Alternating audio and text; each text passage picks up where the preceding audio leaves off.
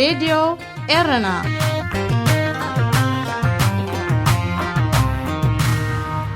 በኢትዮጵያ ዝረዘሎን ልኡላውነት ኤርትራ ዝደፍር ተደጋጋሚ ፈተነታት ፕሬዝደንት ኢሳያስ ኣብ ልኡላውነት ንዘለዎ ራእያ ዘንጸባርቕዩ ክብሉ ኤርትራውያን ገሊጾም። ኤርትራ ኣብ ዓለም ትሕቲ 4,000 መልከፍቲ ኮሮና ቫይረስ ካብ ዝመዝገባ ሃገራት ኮይና ካብ ግብፂ ሓንቲ ንጣብ ማይ ምዝውሰድ ኣብቲ ዞባ ከቢድ ዘይምርግጋእ ክፍጠር እዩ ክብል ፕሬዝደንት አልሲሲ ኣጠንቂቑ። አረሳት ዜና ተከታተሉ ጸኒሕኩም ክቡራት ሰማዕትና ዝርዝራቱ ይቕጽል። ሰበስልጣን ኢትዮጵያ ንልኡላውነት ኤርትራ ዝደፍር ተደጋጋሚ መግለጺታት ከስምዑን ንኤርትራ ምስ ኢትዮጵያ ዝሓወሰ ካርታ ክጥቀሙን ምርኣይ ንፖሊሲ ፕሬዝደንት ኢሳያስ አፈወርቂ ኣብ ጉዳይ ልኡላውነት ዘንጸባርቕ እዩ ክብሉ ዝተፈላለዩ ወገናት ናብ ሬድዮ ኤርና ዝልእክዎ ዘለዉ ቁጥዕታት ገሊጾም። እቶም ኤርትራውያን ቁጥዖም ዝገልጹ ዘለዉ ኣፈኛ ሚኒስትር ጉዳያት ወጻኢ ኢትዮጵያ ኣምባሳደር ዲና ሙፍቲ ኤርትራ ካብ ኢትዮጵያ ምፍላያ ኤርትራውያን ከም ዘይፈትውዎን እንተ ዝሕተቱውን ነታ ዝተፈልዩላ መዓልቲ ከም ዘየኽብሩን ድሕሪ ምግላጽ እዩ። ኣቐዲሙ ናብ ኢትዮጵያ ኣብ ስልጣን ዝርከብ ሰልፊ ብልጽግና ጐስጓስ ምርጫ ኣብ ዘካይደሉ ዝነበረ ኣጋጣሚ ንካርታ ኤርትራ ምስ ኢትዮጵያ ሓዊሱ ምውዕዋዕ ክገበር ተረእዩ።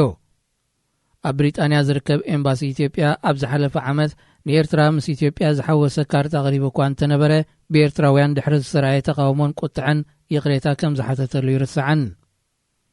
ኣብ ርእሲ እዚ ኣብ ኢትዮጵያ ሰበስልጣን ኣብ ዝሳተፍሉ ዝተፈላለየ ኣጋጣሚታት ምስ ኢትዮጵያ ዝተሓወሰ ካርታ ኤርትራ ምርኣይ ዝውትር ኮይኑሎ። እዚ ድማ ስቕታ ናይቲ ብሓደ ሰብ ዝተዓብለለ መንግስቲ ኤርትራ ወይ ህግደፍ ዘሻደኖም ምዃኑ በብእዋኑ ክግለጽ ጸኒሑ እዩ። መንግስቲ ኤርትራ ሰበስልጣን ኢትዮጵያን ናብ ስልጣን ዝርከብ ሰልፊ ብልጽግናን ንልኡላውነት ኤርትራ ዝደፍር መግለጺታት ይኹን ካርታ ክዝርግሑን ከለዉ ብትሪ ክቃወሞን መንግስቲ ኢትዮጵያ ድማ ብወግዒ ይቕሬታ ክሓተሉን ከገድድ ኣይጸንሕን። ፕሬዝደንት ኢሳያስ አፈወርቅን ቀዳማይ ሚኒስትር ኣብዪ ኣሕመድን ኣብ ኣስመራ ፈላሚ ወግዓዊ ርክብ ኣብ ዘካየድሉ ኣብ 8 ሐምለ 2018 ፕሬዝደንት ኢሳያስ ድሕሪ ሕጂ ህዝቢ ኤርትራን ህዝቢ ኢትዮጵያን ሓደ ህዝቢ እዩ ክልተ ህዝቢ ኢሉ ዝዛረብ ታሪክ ዘይፈልጥ ጥራዩ ምባሉ ይርስዓን። ኣብ ኩናት ትግራይ ተሻሪኾም ዝርከቡ መራሕቲ ኤርትራን ኢትዮጵያን ኣህጉራዊ ፕሮቶኮላትን ስምምዓትን ብዝጠሓሰ መልክዕ ዝኸድዎ ዘለዉ መንገድታት ንመጻኢ ነዘን ክልተ ሃገራት ናብ ጎነጽ ከምርሐን ከም ዝኽእል ዝተፈላለዩ ወገናትን ተንተንትን የጠንቅቑ። እዚ ከምዚ ኢሉ እንከሎ ኣብ ጉዳይ ፌደሬሽን ኤርትራን ኢትዮጵያን ንዝቐረበ ሕቶ መልኪተ ዝሃብክዎ መልሲ ህዝቢ ብጌጋይ ተረዲእዎ ዝበለ ኣፈኛ ሚኒስትር ጉዳያት ወጻኢ ኢትዮጵያ ኣምባሳደር ዲና ሙፍቲ ንልኡላውነት ኤርትራ ከም ዝኽብር ብምጥቃስ ንዝተፈጥረ ምድንጋራት ይቕሬታ ምሕታቱ ንመግለፂ ሚኒስትር ጉዳያት ወጻኢ ሃገር ብምጥቃስ ኣገልግሎት ዜና ኢትዮጵያ ሓቢሩ። ኤርትራ ኣብ ዓለም ትሕቲ 4,000 መልከፍቲ ኮሮና ቫይረስ ካብ ዝመዝገባ ሃገራት ሓንቲ ኮይና ኤርትራ ክሳብ 29 መጋቢት ኣብ ዝነበረ ግዜ 3251 ሰባት ኮሮና ቫይረስ ከም ዝተረኽቦም እያ መዝጊባ። ኮሮና ቫይረስ ለበዳ ምዃኑ ብደረጃ ዓለም ካብ ዝተኣወጀሉ ልዕሊ ሓደ ዓመቱ ኤርትራ 9 ሰባት ጥራይ በዚ ቫይረስ ከም ዝሞቱ ኣፍሊጣ። ኣብ ኣፍሪቃ ምስ ኤርትራ ሓዊስካ ትሕቲ 4,000 መልከፍቲ ዝመዝገባ ሃገራት ታንዛንያ፣ ሞሪሸስ፣ ሳኦቶሜ፣ ላይቤርያ፣ ብሩንዲ፣ ሲሸልስ፣ ጊኒ ቢሳዎ፣ ኮሞሮስን ሰራሊዮንን እየን። ይኹን እምበር ኣብዘን ሃገራት እኹልን ብቑዕን መርመራ ክካየድ ኣይከኣለን ዝብል ምጉት ዘለዎም ክኢላታት ጥዕና እቲ በዘን ሃገራት ዝወሃብ ዘሎ መግለጺታት ርትዓዊ ይኮነን ክብሉ እዮም ዝነጽግዎ። 54 ሃገራት ኣፍሪቃ ብድምር ዝመዝገበኦ ብዝሒ ልዕሊ 3 ሚልዮን ምዃኑ ጸብጻብ ውድብ ጥዕና ዓለም የመልክት። እዚ ብዝሒ እዚ ኣብ ኤውሮጳ ኣብ ሓንቲ ሃገር ኣብነት ኣብ ፈረንሳ ጥራይ ዝተመዝገበ እዩ። ብደረጃ ዓለም ዝበዝሐ መልከፍቲ ዝተመዝገበሉ ዞባ ኣሜሪካ ኮይኑ ልዕሊ 55.5 ሚልዮን ህዝቢ ኮሮና ቫይረስ ተረኺብዎም። ብኻልኣይ ደረጃ ዞባ ኤውሮጳ 44.5 ሚልዮን ህዝቢ፣ ሳልሳይ ዞባ ደቡባዊ ኤስያ 14.7 ሚልዮን ህዝቢ መልከፍቲ ኮሮና ቫይረስ ተመዝጊብዎ። ኣብዚ እዋን እዚ ኣብ ኩለን ሃገራት ዓለም ከም ዝሰራየ ዝዘረበሉ ኮሮና ቫይረስ ሰሜን ኮርያን ቱርክሜኒስታንን ግና ዛጊት ዝኾነ መልከፍቲ ከም ዝመዝገባ ንዓለም ኣይሓበራን። ካብ ግብፂ ሓንቲ ንጣብ ማይ ምዝውሰድ ኣብዚ ዞባ ከቢድ ዘይምርግጋእ ክፍጠር እዩ ክብል ፕሬዝደንት ግብፂ ዓብደልፋታሕ አልሲሲ ኣጠንቂቑ። እቲ ፕረዚደንት ብምኽንያት ሓንቲ ዓባይ መርከብ ተዓጺዩ ዝጸንሐ መትረብ ስዌጽ ድሕሪ ምኽፋቱ ብ30 መጋቢት ኣብ ዝሃቦ ጋዜጣዊ ዋዕላዩ ነዚ ገሊጹ። ካብ ግብፂ ሓንቲ ንጣብ ማይ ዝውሰድ የለን፣ እዚ እንተጋጢሙ ግና ኣብቲ ዞባ ከቢድ ዘይምርግጋእ ክኽሰት እዩ ክብል ዘጠንቀኸሉ ድማ ኣብ ጉዳይቲ ምስ ኢትዮጵያ ተሰሓሒቡ ዘሎ ኣጠቓቕማ ናይልን ኢትዮጵያ ተሃንጾ ዘላ ዲጋን ብዝምልከት እዩ። ግብፅን ሱዳንን ናብቲ ምስ ኢትዮጵያ ዘሰሓሕበን ዘሎ ነጥብታት ራብዓይ ኣካል ከኣቱ ኸሓታን ከለዋ ኢትዮጵያ ግና ምትእታው ካልእ ኣካል ብምንጻግ ስሉሳዊ ዘተ ክቕጽል እያ ትጠልብ።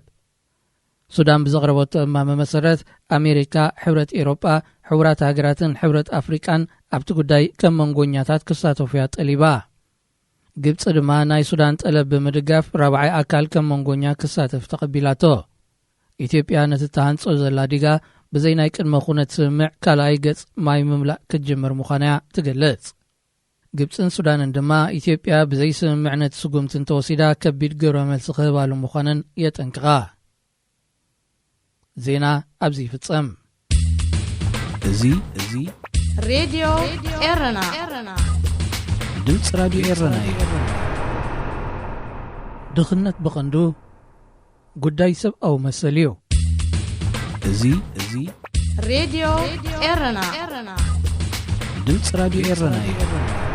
ዓለማዊ ኣድማሳዊ ሰብኣዊ መሰል ኣብቲ ቀዳማይ ዓንቀጹ ቀዳማይ ሕጥበ ጽሑፍ ኩሉ ወዲ ኣዳም ብማዕረ ክብርን መሰልን እዩ ዝውለድ፣ ምስ ተወልደ እውን ማዕረ መሰልን ክብርን ክህልዎ ይግባእ ይብል። እዚ ማለቱ ኸዓ ዝኾነ ይኹን ፍጡር ወዲ ኣዳም ካብታ ናብ ዓለም ዝተቐልቀለላ ጊዜ ትሒዙ ክሳብ ካብ ዓለም ብንቡር ሞት ብጽሑፍትኡ ዝፍለ ከም ሰብ ክኸብር ኣለዎ የስምዕ። ይኹን እምበር ዘይከምቲ ሃገራት ዓለምና ኣብ ጀኔቫ ዝተሰማዓሉን ዝተራዳድኣሉን ኣድማሳዊ ሕጊ ወዲ ሰብ መሰላቱ ክጠበቓሉ ብዝግብአን መንግስታቱ ክግፋዕን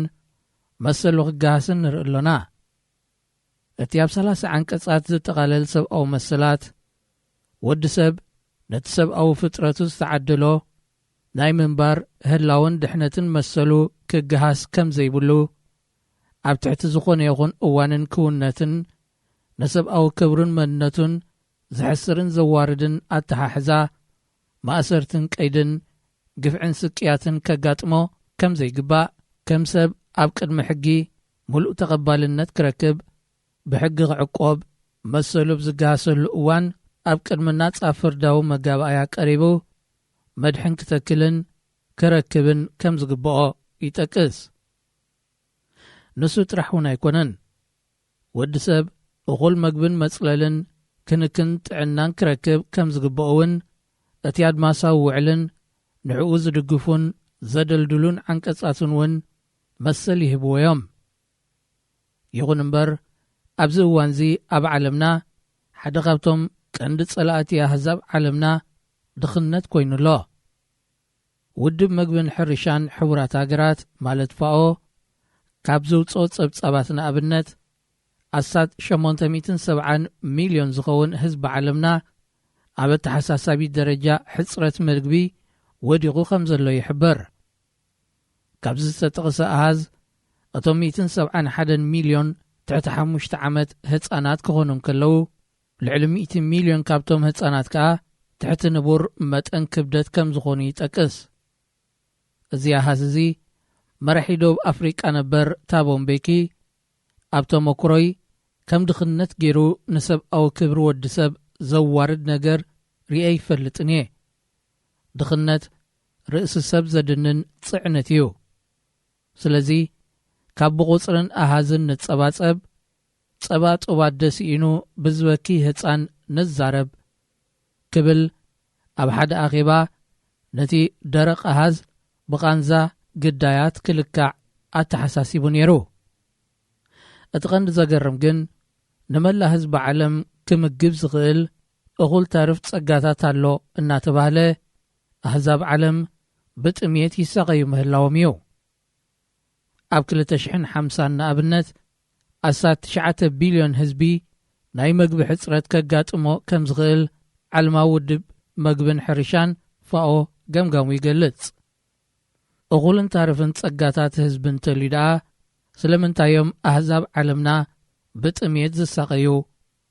ዝብል ሕቶታት ክለዓል እምበኣር ባህርያውን ካብቲ ክምለስ ዘለዎ ቀንዲ ጉዳይን እዩ። ርግጽ እዩ ዓለማዊ ምምዝባል ክሊማ ብዝፈጠሮ ኩነታት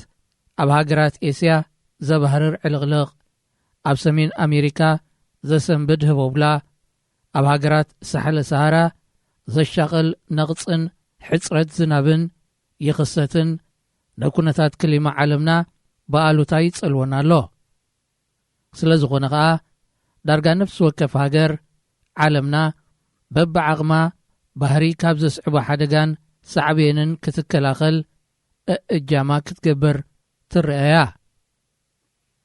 እተን ብፍልጠትን ቴክኖሎጅን ዝማዕበላ ሃገራት ኣብ ነፍሲ ወከፍ ወቕቲ ኩነታት ክሊማ ሃገረን ተነብየን ቅድመ ምድላዋት ብምግባር ንህዝበን የጠንቅቐን ይመኽራን። ብዝተኻእለ መጠን ከዓ ሳዕቤናት ዝውገድሉን እንተጋጢሙ ኸዓ ዝእለይሉን መገዲ የጣጥሓ። ኣብ ከም ሃገርና ዝኣመሰላ ዓቕምን ክእለትን ዝውሕደን ሓደስትን ንኣሽቱን ሃገራት ከዓ ከምቲ ጭሩ ብብርዒ ስገም ብዓቕማ ዝበሃል ዓቕመን ይገብራ። ይኹን እምበር እቲ ጸገም ንሱ ጥራይ ኣይኮነን። ስኑፍ ምሕደራን ኣነባብራን ዘይምዕሩይ መቕርሒ ጸጋታትን ሃብትን ብልሽውናን ብኽነትን ካልእ ነቲ ነገር ካብ ዘብእሶን ዘጋድዶን ቀንዲ ነገራት እዩ። ሰኣን ሕመቆምን ሕሉፍ ብልሽውናኦምን ህዝቦም ክምግቡን ክቕልቡን ዘይከኣሉ መንግስታት ካብ ተሓታትነት ንኸሃድሙ ኣደ ሓባል በልያ ኸይትቕድመኪ በዚ ዓይነቱ ሓበላ ድኽመቶም ክሓብኡ ባህሪ ብዘስዓቦም ምዝባል ዝናብ ሰማይ ኣብ እዋኑ ስለ ዘይዘነበ ወይ ጀሚሩ ቀልጢፉ ስለ ዘቋረጸ ባርኖስን ኩብኩብታን ወይ ኣንበጣን ሓሸራን ስለ ዘጥቅዑና ወይ ጸያቒ ማዕጺድ ስለ ዘርከበና ወዘተ ወዘተ እናበሉ እቲ ጸገም ካብ ናብ ሰብን ምሕደራን ናብ እዝግን ባህርይን ከጸግዕዎ ስለ ዝጽዕሩውን እዩ ህዝቢ ግዳይ ጥሜትን ሕሰምን ዝኸውን ዘሎ። እዚ ኸዓ ካብቲ ቐንዲ ግህሰት ሰብኣዊ መሰል ኣህዛብ እዩ።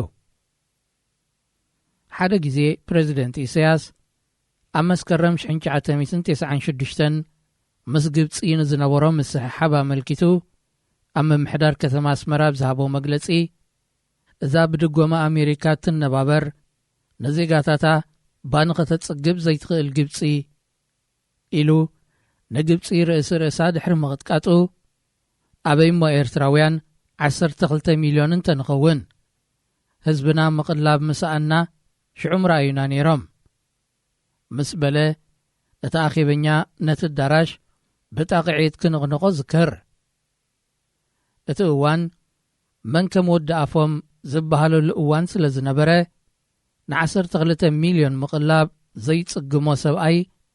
ን34 ሚልዮን ሰባት ሽሻይ ንሽሻይ ክገብረናዩ ክንብል ዝክር። ግን ወዲ ኣፎም ነዚ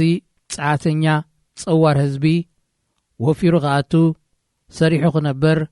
ጫኺሩ ክድረር መንገድን ተዘጣጥሐሉን ሰላምን ቅሳነትን ተዝፈጥረሉን ሓደ ዜጋ ሰሪሑን ጽዒሩን ን3 ሰባት መድረሪ ነይሩ።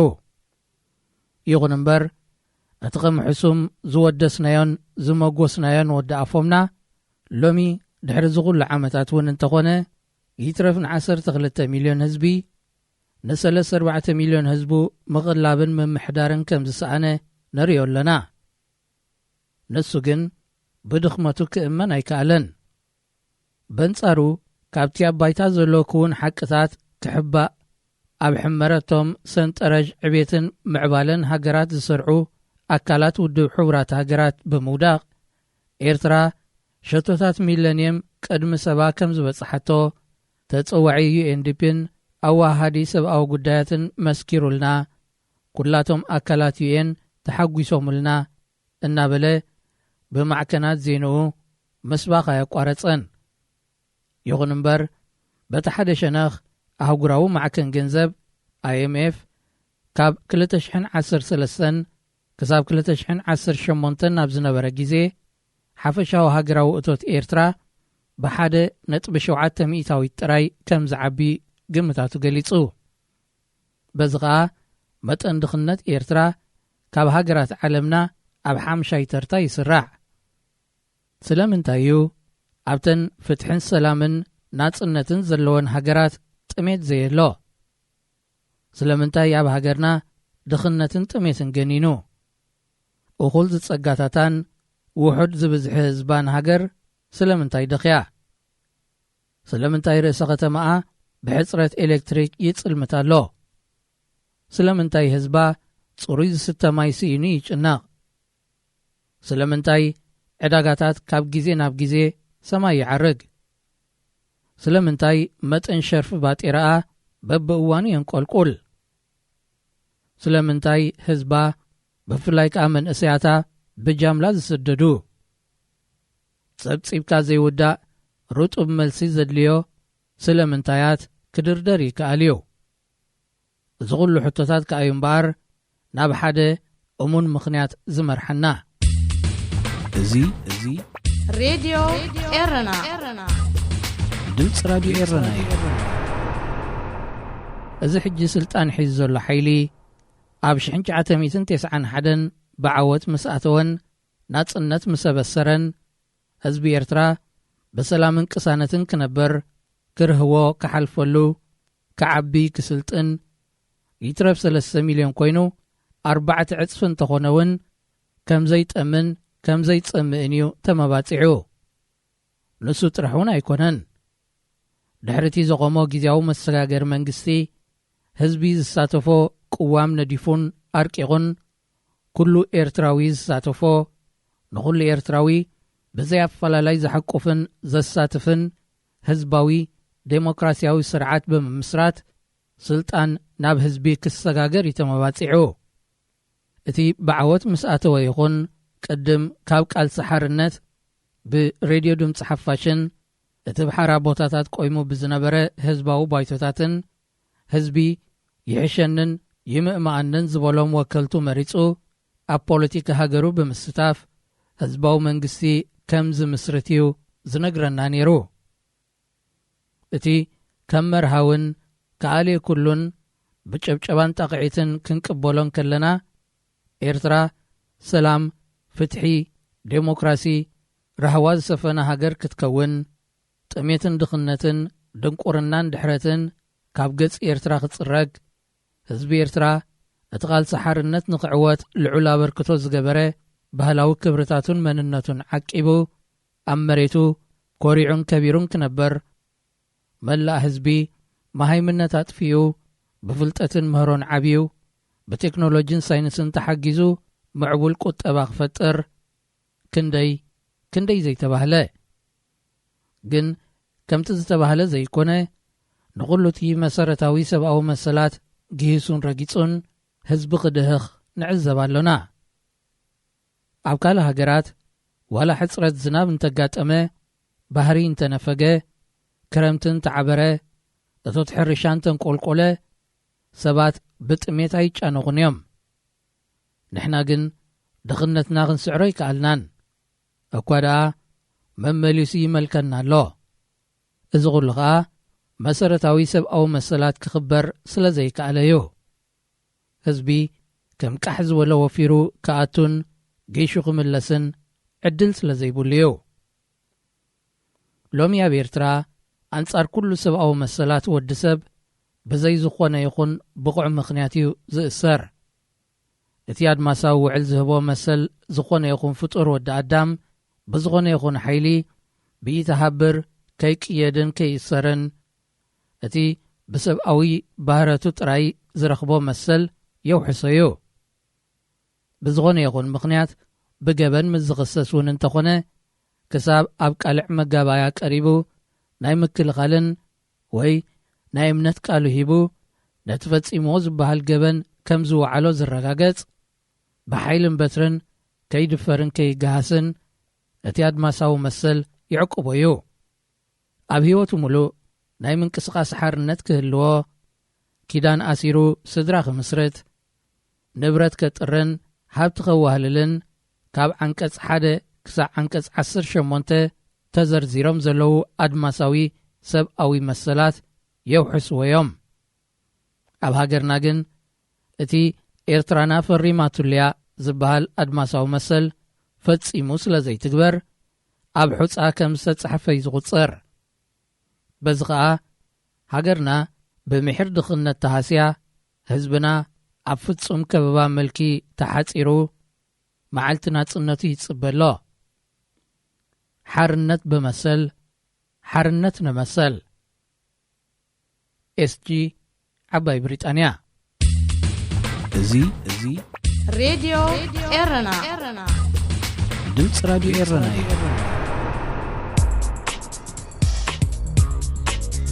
መደብ መንስያት ኣብ ሬድዮ ኤረና።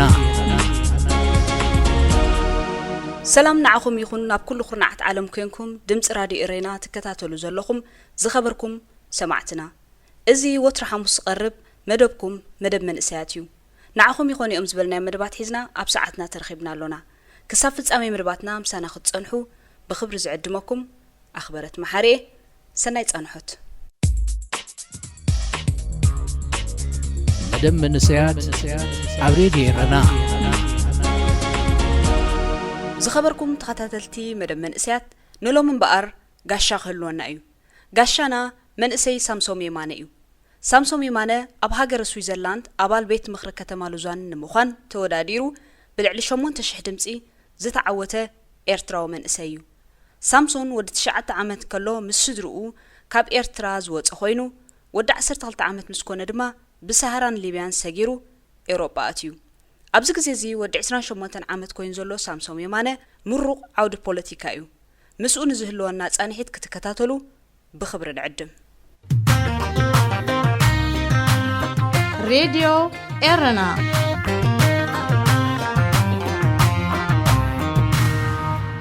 ሳምሶን መጀመርያ ንዝህልወና ሓፂር ጻንሖት ፍቓደኛ ስለ ዝኾንካ ብስም ተኸታተልቲ መደብ መንእሰያት ከመስግነካ ፈቱ። ቀፂለ እንቋዕ ሓጎሰካን እንቋዕ ዓወተካን ኣባል ሓጋግ ኣካል ከተማ ሉዛን ስዊዘርላንድ ኮንካ ስለ ዝተመረጽካ ምርጫ ከመይ ነይሩ? ያኔ ላይ እቲ ምርጫ ጽቡቕ ነይሩ። ከቢድኻ መጀመርታ ግዜ ኣነ ኣብዚ ከምዚ ናይ ምርጫ ናይ ፖለቲካ ተበጊሰ ማለት እዩ። እቲ ጽቡቕ ነጥቢ ሃምፀ ማለት ስኒ ክሳዕ 8,000 ሰባት ንዓይ መሪፆምኒ ብጣዕሚ ተሓጒሰ ኩሎም ናተይ ፋሚሊ ብሓንሳብ ተሓጒስና። ሕጂ እቲ ምርጫ ተወዲኡ ሕጂ ማለት እዩ ኣብቲ ኣክሲዮን ናይ ፖለቲካ ዝበሃል ኣብ መጀመርያ ኣብ ወርሒ 7 ብጣዕሚ ተሓጒሰ ኣለኹ ክርኤና ደጊመ እንቋዕ ሓጎሰካ ንሕና እውን ሓጎስና እዩ ናይ ኩሉ ኤርትራዊ ሓጎስ ከም ዝኾነ ርግፀኛ እየ። ሳምሶም ቁርብ ንድሕሪት ክመልሰካ እየ። ሕጂ ኣብ ኤርትራ ከለኻ ንእሸይ ከለኻ ኣብ ኤርትራ ነርካ ኣብ ኤርትራ ከለኻ እንታይ ነይሩ ሕልምኻ? እንታይ ክኸውን ኢልካ ሓሊምካ ነርካ ወይ ምስ ዓበኹስ ከም ዝኸውን ዝበልካዮ ሕልምኻ እንታይ እዩ ነይሩ? ከበርኸት ኣብ ኤርትራ ንእሽተይ ነይረ ማስኒ ወዲ 9 ዓመት እንደ ካብ ኤርትራ ወፀ ኣብ ኤርትራ ከለኹ ንእሽተይ ከለኹ ከይሓስብ ነይረ ከምዚ ተፃዋታ ናይ ኩዕሶ ናይ ገለመለ ይሓስብ ነይረ ብጣዕሚ ንእሽተይ ነይረ። ሾክ ካብ ኤርትራ ምስ ሃደምና እቲ ሽግር ቀንዲ ምስ ተረዳእኒ ማስኒ ብሱዳን ምስ ሓለፍካ ብሳሃራ ምስ ሓለፍካ ኣብ ሊብያ ማለት ዝግሮ ዝሽግር ምስራኹም ማለት እዩ። እቲ ሬስፖንሳቢሊቲ ስማዕ ነይሩ። ሬስፖንሳቢሊቲ ከልወስኒ ማዓት ሽግር ኣሎ ኣብዚ ዓለም ኣብ ኤርትራ ከማ ኣብ ኤርትራ ሕጂ ሽግር ናይ ፖለቲካ ስናዓይ ብጣዕሚ ተንኪፍኒ። ስድራይ ኣቦይ ኣደይ ብጣዕሚ እዮም ተቃሊሶም ብዛዕባ ናይ ፖለቲካ ናይ ዓድና ማለት እዩ። እዚ ስለ ዘሎ ወዲ 12-14 ዓመት ብዛዕባ ናይ ፖለቲካ ጥራይ ዝሓስብ ነይረ። ኣብዚ ዓዲ ምሳትኹ ትምህርቲ ናይ ኣብ ጅምናዝ እንታይ ባል ብትግርኛ ኣይፈልጦን። ኣብ ጅምናዝ ንምሳትኹ ጀነሪክ ኸውን ዝኽእል ኢኮኖሚ ትምህርቲ ጀሚረ። yes exactly ናይ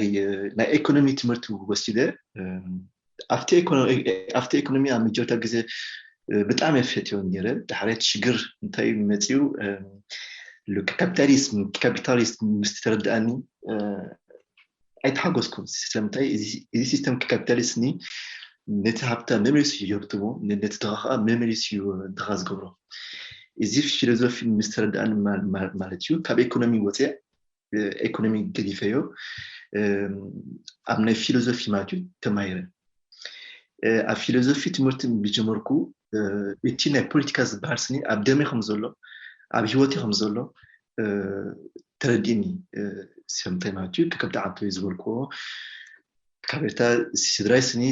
ክልቲኦም ተጋደልቲኦም ኣደይ ህዳጥ ቋሚ ሚካኤል ኣቦይካ የማነ ጊላ ጋብርስኒ ክልቲኦም ተቃሊሶም እዮም ንሃገርና ማለት እዩ እዚ ርአ ብበትኻቲ ናተይ ናይ ሚግሬሽን ማለት እዩ ናይ ኩሉ ተደሚሩ ፖለቲካ ኣብ ደመይ ከም ዘሎ ተረዲእኒ ማለት እዩ ሽዑ ፊሎዞፊ ምስ ወዳኹ ኣብ ዩኒቨርሲቲ ፖለቲካል ሳይንስ ጀሚረ እቲ ፖለቲካል ሳይንስ ብጀመርኩ በቃ ፖለቲካ ኣብ ኤርትራ ፖለቲካል ፀገም ከም ዘለዎ ተረዲእካ እንዳዓበኹ ተረዲእኒ ካብ ወዲ 13 ዓመት ጀሚረ ኢልካ ንፀኒሕካ ሽዑ ንኤርትራ እንዳሓሰብካ ዲኻ ፖለቲካ ተማሂርካ ወላስ ኣብ ዘለኻዮ ዓዲ ፖለቲከኛ ክትከውን ወይ ናይ ፖለቲካ መራሒ ክትከውን ኢልካ ኢኻ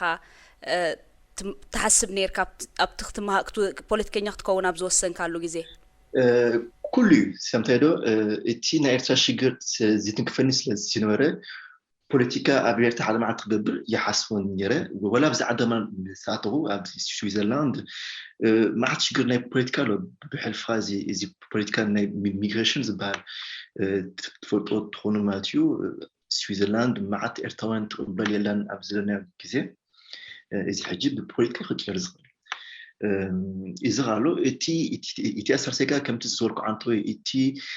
ካፒታሊስት ናይ ዓለም ካፒታሊስት ክልከሎስኒ ከምቲ ዓንቶ ዝበልኩ ማለት እዩ መዓት ሃብቲ ናይ ዓለም እቶም ሃብታማት ሒዞሞ ዘለዉ እዚ ብጣዕሚ ንዓይ ተንኪፍኒ ስማዓኒ ስለዝነበረ ናይ ኩሉ እዚ ተደሚሩ ኣብ ፖለቲካ ከም ዝኣቱ ከም ዘሎ ማለትኒ ኣብ ፖለቲካ ክኣቱ ከም ዘለኒ ማለት እዩ ኣብዚ ግዜ እዚ ተሰሚዕኒ ኣትዮ ብኸመይ ሕማን ሕጂ ኣብ ውድድር ኣትየ ድሓሪ ኣብ ዝመዘለኻ ወይ ኣብ ዘለኹ ቦታ ጠጠኹ ክብለ ወይ ድማ ንድዒ ከምቲ ኩነታት ማለት እዩ ድሕሪ ፈተዮ ክቁፅለ ኣብ ፌደራል ማለት እዩ ኣብ ኩሉ ስዊስ ኣብ ናይ ፌደራል ናይ ስዊስ ናይ ምርጫ ዝበሃሉ ኣብኡ እውን ክፍትነ ሓደ መዓልቲ ዓድና ድሕሪ ተማዒሻ ስለምንታይ ብዛዕባ ማስኒ ብዛዕባ ናይ ፖለቲካ ኣገዳሲ ስለዝኾነ ኣብ ኤርትራ ተመሊሰ ከማን ከምዚ ኣክቲቪቲ ናይ ፖለቲካ ክገብር እውን ይሓልም ኣለዎ ሕጂ በሮ ሕቶታተይ ዳርጋ ትምልሰለ ኢኻ ዘለኻ ኣብኡ ከለኻ ማለት እዩ ንእግረ መንገድኻ ባዕልካ ትድህሱ ዘለኻ ምክንያቱ ኣብ ኤርትራ ከይድካ ናይ ፖለቲካ መራሒ ክኸውን ኢልካ ትሓስብ ዶ ዝብል ነይሩ ነዚኣ ንእሽተይ እንተተስፋሓለይ ሓላፊ ክኸውን ማስኒ ኣብ ኤርትራ ሓላፊ ሕጂ እንታይ ማለት እዩ ሓላፊ ናይ ኤርትራ ፕሬዚደንት ክትኾን ስኒ እዚ ኣይሓሰብክዎን ክሓስቦማን ሕጂ ኣይደልን እየ ኣነ እንታይ ዝደሊ ብፖለቲካ ስኒ መዓት ነገር ክትቀይሮ ትኽእል ሓላፊ ምዃን ሓላፊ ኮይንካ ምቅያር ኣሎ በቲ ሓደ ወገንካ ከም ኩሉ ሰብ ናይ ፖለቲካ ስራሕ ጌርካ ክትቕይር ትኽእል ኢኻ እዚ ኣብ ልበይ ኣሎ ሕጂ ቲዓቶን ናትክ ክምልሳ ሓላፊ ናይ ኤርትራ ከም ፕሬዚደንት ክኸውን እዚ ኣብ ሓንጎለ እየለን ባት ናይ ፖለቲካ ሰብ ኮይና ክሰርሕ ኣብ ኤርትራ እዚ እቲ ናቲ ሕልሚ እዩ ሓደ መዓልቲ ከምቲ ዝበልኩ ዓንቶ ማለት እዩ ድሕሪ እቲ ሲስተም ናይ ኤርትራ ድሕሪ ተቐይሩ ኣብ ዲሞክራሲ ድሕሪ ኣቲና ተመሊሰ ብናይ ስትራቴጂ ናይ ዲሞክራሲ ገለስኒ መዓት ሓሳባት ኣብ ኤርትራ ክመፅእ ይደሊ انت تغيري كان صنحك خلا اكزي رجيم كانت تغيروا تي اب ديموكراسي سيستم دحر تسغاغيرنا الكان نغير انت يخنقبر زلنا حج وي ماني يغيروا كنت حتى لافتي ان كنت حج ببيتيا كايت تحجي منها ممن يغيروا زغ دحلكني كلاتنا انت مالتي اتمرتنا بدغزلنا اتيوم ارتوان اوزلو كلتنا بحاسة سرحنا تي سيستمنا ارتاق يرخيليو اتيوم ابدا جزلنا ارتوانسني مع جاقانو ارتقطونا لو تستمعوا زفلتوا كلاتنا زيوم بحاسة درس سرحنا مع حاسات بزعنا ديمقراطي امتينا تي حاسبتنا ديمقراطية أقول إيروبا مماسني اب سويسرلاند حكومكا اب فرنسا حكومكا اب جرمن حكومكا اب سويدن تلا اب زغول هاجرسني سيستم ديمقراطي سرع زلو ازي لعنا بتاعنا عبد تبرتيو إذا سيستم ديمقراطي فليدنا تمايرنايو أفتيرتا حدا معاه تغيير مماته إذا سيستم الديمقراطي زي كنقولوا نخيرنا أبيس عن شو عتن كمان كو معت مسني يوم جي 50 بالو حاسيوم نيرو زي سيستم الديمقراطي نحن خاماتيو بيتي نانا اكسبيرينس ابزلنا او غينا إذا سيستم الديمقراطي زوس ابزلنا درجات زولت إزبار زلو حقيقة نزي حزنا أختيرتا كنقولوس نخيرنا يتمرتون أبيرتا زلو نعمسني بتعمل غبيديو أنا إرتراك كم السربيت الزجريا سلام كالسربيت إتي سيستم أو زلو نقول ياسيرو حجز نسوم أو غينهم كالوس بتعمل غبيديو يرداني إتي حجتي تزعامي responsibility يتمرتون أبدي زلو بدا حاجز أو زلو بحساس سرحنا نت هاجر ما تكون كيران زي إتيانز تب البوليتيكا تمكرو خمزلك سب متن وي حجي أو تكم استمهار كمتن إتي أب إرترا زلو سبن لوت إزدالي سبن أب دق زلو لوت إزدالي سبات وي فتح إزدالي سبات بخمي عينت كميك زامر وخميك الراخو بخولهم كم تزبلك إرترا الشربيتيا نحرت أشير له تسب كوين خال بخميك الراخو بخليل كاتقمت إتي عدمت نجاح نجرا زنات يوم إرتنا بدق زنا كلاتنا كنا لنا بحسن صرح لنا إذا كمي يكون زلو بنا coordination ناسني بحسن حسينا بحسن سرعنا حدا شرط عبد ناسني حدا بروجي لنا ديمقراطي بحسن كنا إذا بتعمل قليل سيستم قليل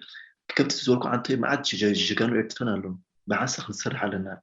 أنا بدقوا هنا زغلهم إذا كلهم إرتوان كل يوم كسران كله حساسة يحزن سيستم يحزن مع السبسني أبنين شجر فعفع عمل بنا شجر ناي تزبر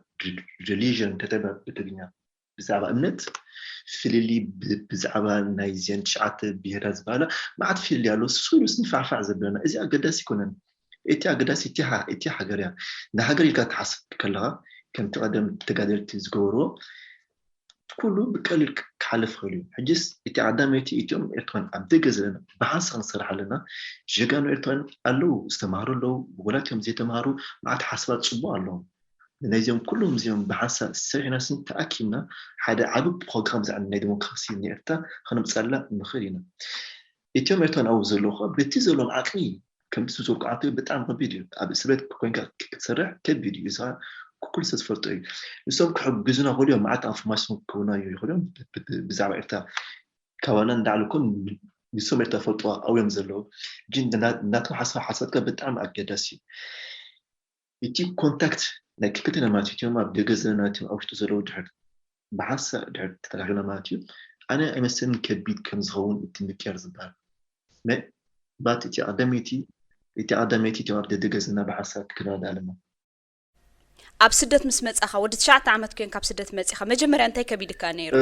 ودت شعت عمد كاب بإرتان دي حديمة أب أوروبا ودت عدت عمد أبي لما تيمتي إتي مجموعة زغبدني قانقوا قداسيو قانقوا يخلو زغبرو قانقوا غبدنيرو إتي كلايك إتي سيستم أبز عاد مسينا سن أي فرطانينا بتلان حليفنا تلان سيستمنا تلان تفرطلك قانقوا تفرطلك كل زي بتعمل خبينيرو شو كمان نفس السويدين غيرنا كتاب السويدين نبتلين من مريسومنا شو نفس السويدين مسبسعنا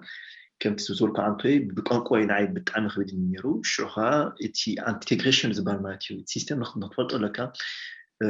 كتيفك اندبندنس نات كان وتركب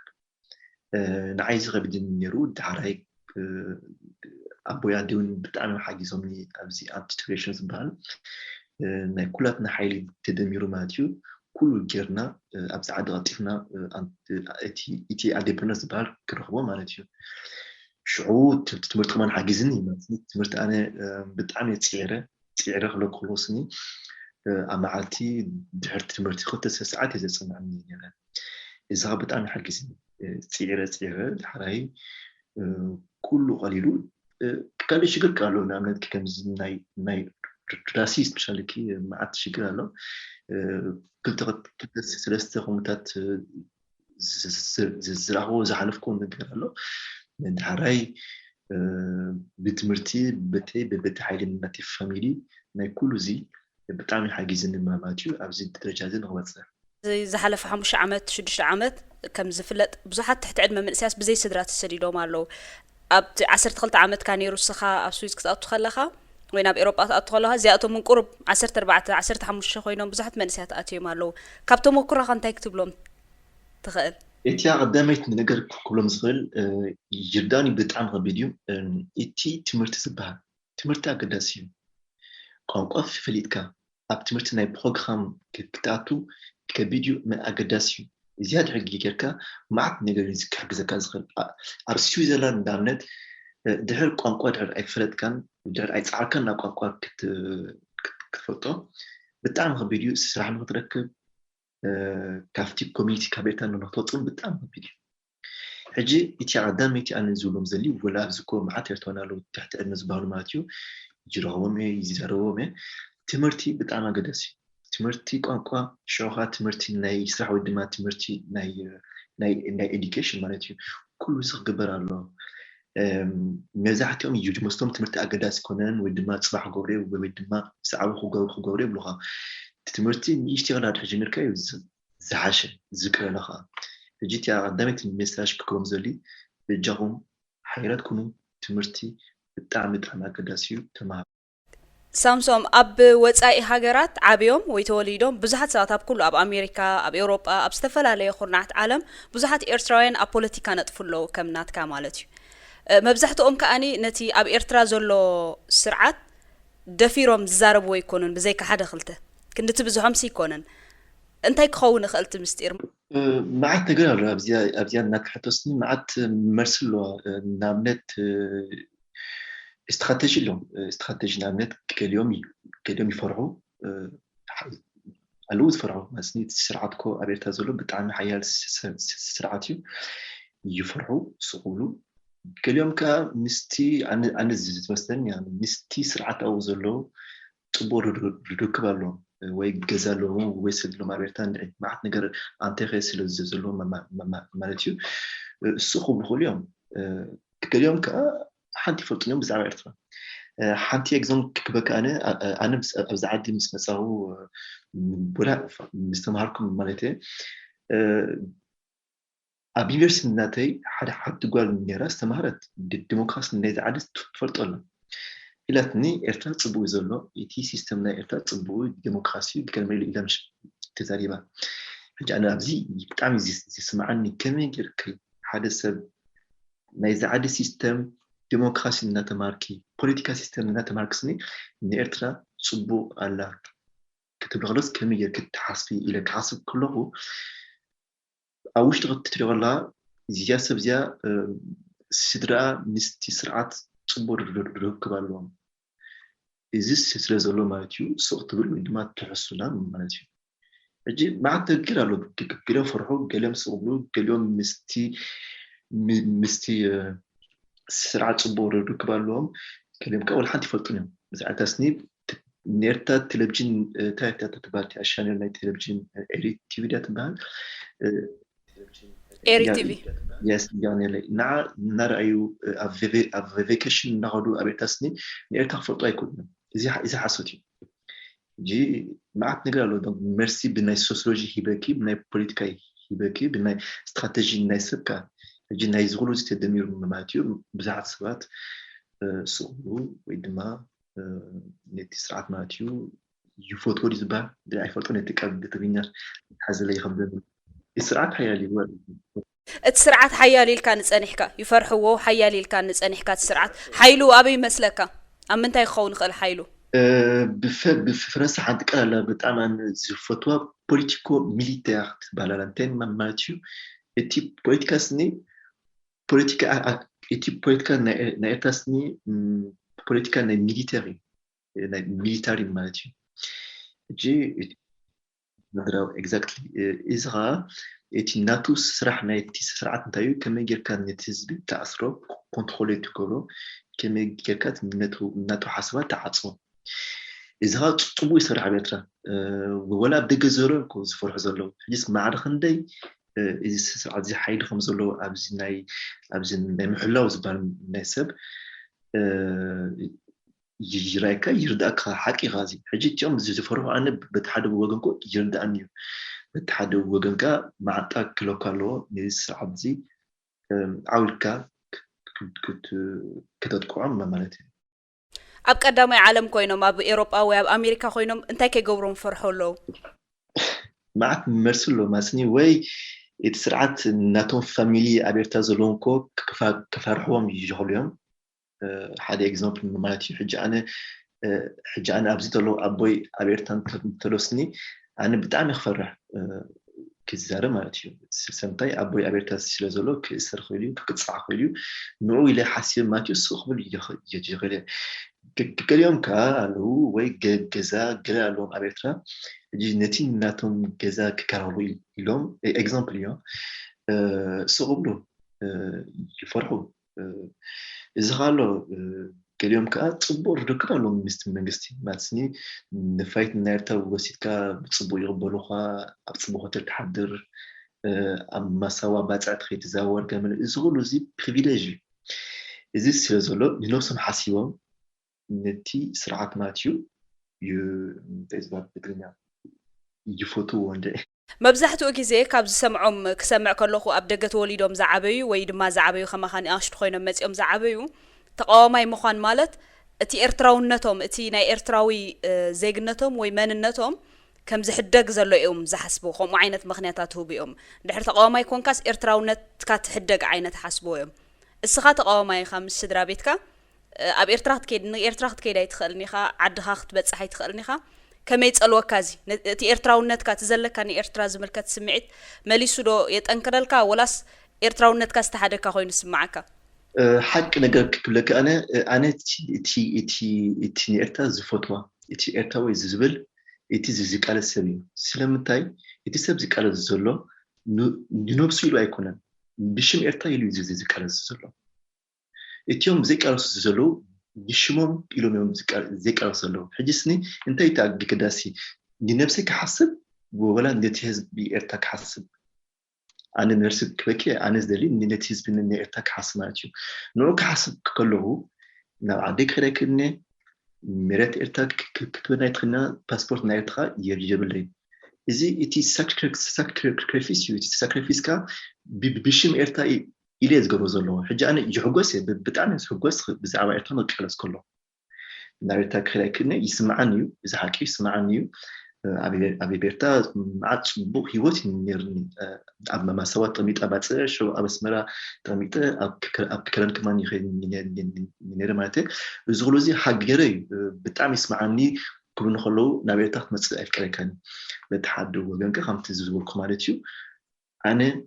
بتعمل زحوجس بس عبارة عن كارس كلهم سلامتاي بيشم حزبي إلى زجروز الله. أوكي. سامسون حجي دحر قالوا وارح أبز ما تصوارح أب كتمالوزان أبى الحاجة أكالي خاخت كون أنت يخون سرحكا عندي وانا سرحكا أنت يخون تأخذ سرح. السرعة من البرلمان حجماتي البرلمان متجبر تقولوا بوليتيكا نتيا كتما لوزان تبالار سويسرا مالتيو إتي برلمان زمرصة كله أفت برلمان يجبر شو أفت برلمان تجبره إتي بوليتيكا سر حجانة أفتيانا كوميسيون ناي فينانس ناي بزعما ناي تسدي ناي تختما كمية جركاسني يتسدي أفت تختما كسر خمسولو بزعما زي كسرها بتحدى وجن كا إتيا كوميسيون ناي انتجريشن تبعلا زي كوميسيون تمارتي كمية جركاسني نتهزبي أفتي سوسيتي